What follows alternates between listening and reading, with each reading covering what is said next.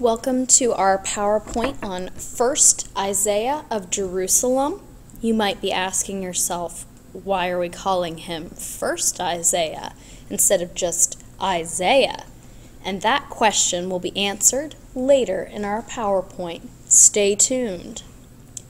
You should have a series of questions, the answers of which you will find in this PowerPoint or in my narration. So let's get started. First Isaiah is going to be the first prophet we see active in the southern kingdom of Judah. So up to this point, Elijah, Elisha, and Amos have all been in the north, Israel. Now first Isaiah is in Judah in the south. And again, it's going to be important that anytime you write down Isaiah for this PowerPoint, that you keep in mind this is first Isaiah.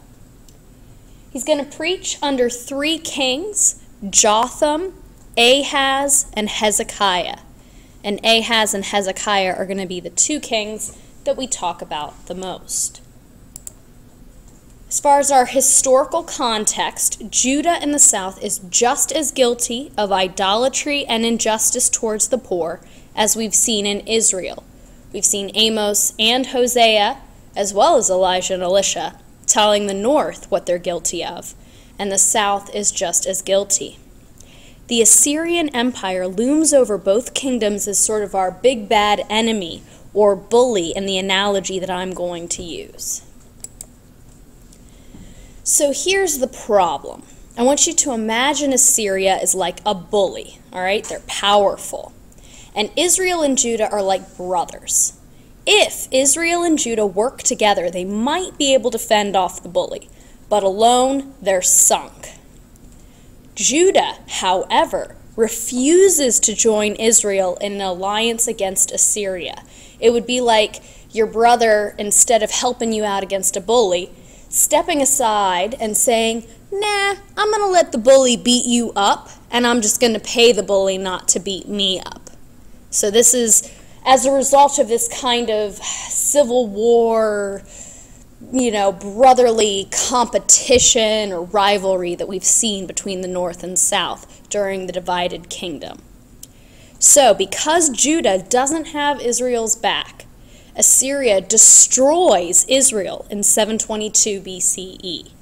So that means the north is completely obliterated. This is going to be seen as the punishment for all of their bad actions that Elijah, Elisha, Amos, and Hosea have been preaching against.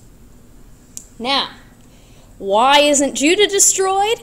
Well, Judah agrees to become a vassal of Assyria. And they sort of have two responses to Assyria. And their first one is, we'll be your vassal. We'll give you our lunch money every day as long as you, Assyria, our bully, don't beat us up. And so this is the first way that Judah sort of deals with Assyria. Israel is impacted because after the destruction of the north, some of the Israelites flee to Judah in the south. Most of them are taken captive and deported, but some stay and intermarry with the Assyrian settlers, and this last group's descendants become known as Samaritans. Now, as a result of this intermarrying, Samaritans blend Assyrian and Jewish customs and religion, and thus they're looked down upon by other Jews. The other Jews are going to accuse the Samaritans of kind of watering down the Jewish faith by bringing in other elements and not following all of the tenets of the Jewish faith.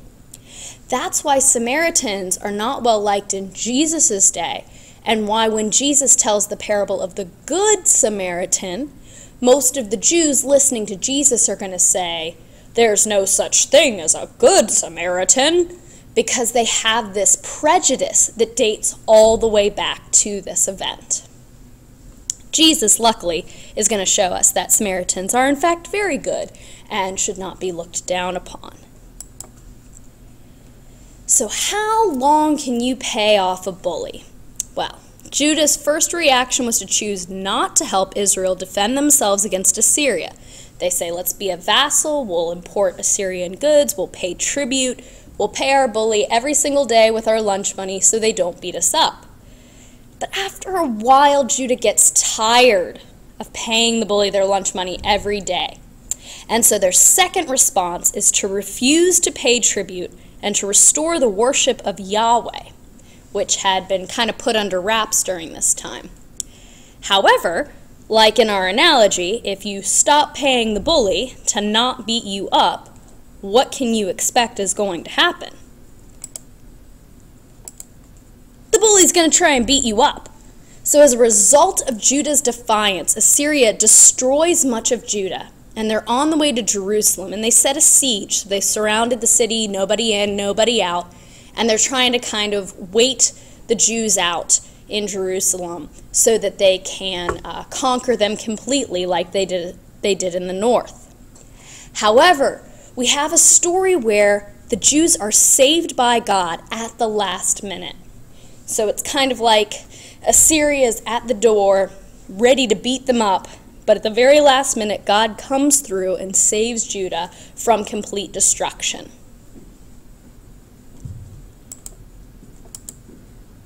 Isaiah as a book. Isaiah is the longest and most influential prophetic book that we have. And it's divided into 3 sections for 3 different people or times put together during 3 different themes or ideas. So when I referred to first Isaiah, what I mean is this first writer is writing before the Babylonian exile. And this is covered in chapters 1 to 39. However, when we hit chapter 40, we are dealing with a different author or authors at a different time. Second Isaiah is called that to distinguish it as a different person and a different time period. Second Isaiah is written during and at the end of the exile.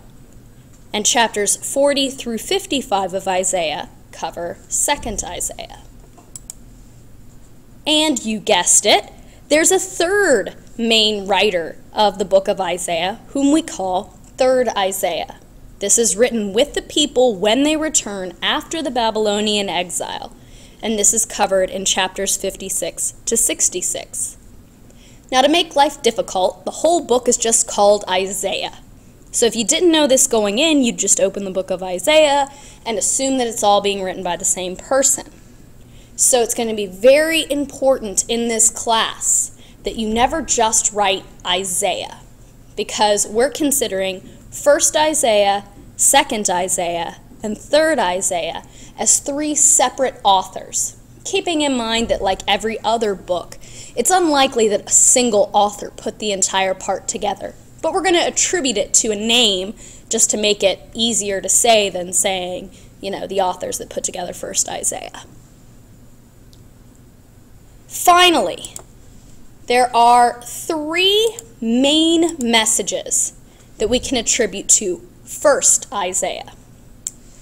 And that is, 1st Isaiah condemns Judah for its idolatry and injustices against the poor, and says if they do not change their ways, they will be punished. So this is very similar to a lot of the other prophets' messages saying, these are the things you're doing wrong, idolatry, injustice against the poor, and if you don't change, there is going to be a punishment. However, God is forgiving. And 1st Isaiah is saying, look, just ask for forgiveness. Just stop this injustice and idolatry, and God will forgive you, and there will be no punishment. Finally, 1st Isaiah says, trust in God rather than political plots to save Judah. Judah knows they're in trouble. And 1st Isaiah is trying to say, we should be trusting in God, not trying to trust in other nations to come to our rescue. This is similar to the royal consciousness, where we saw the Israelites caring more about what other people thought and what society thought, rather than focusing on God. And in the same way, 1st Isaiah is saying, look, whether we win or we lose is not so much depending on who our physical allies are for political gain, but rather whether or not we're following God, because if God is on our side, we'll be successful. But if God is not on our side, then no matter how many political allies we have, we're not going to win. And again, the way God is, quote unquote, on their side is whether or not they're following the covenant. That's the end of our PowerPoint for today. So you should have answered all 12 questions at this point. Again, in order to make sure you watched all the way to the end, if you write the words red hots, R-E-D space H-O-T-S at the top of your paper, you'll get a bonus point. That might seem like a weird thing to write at the top of the paper, but I will explain why that fits on Wednesday. Thank you very much for listening.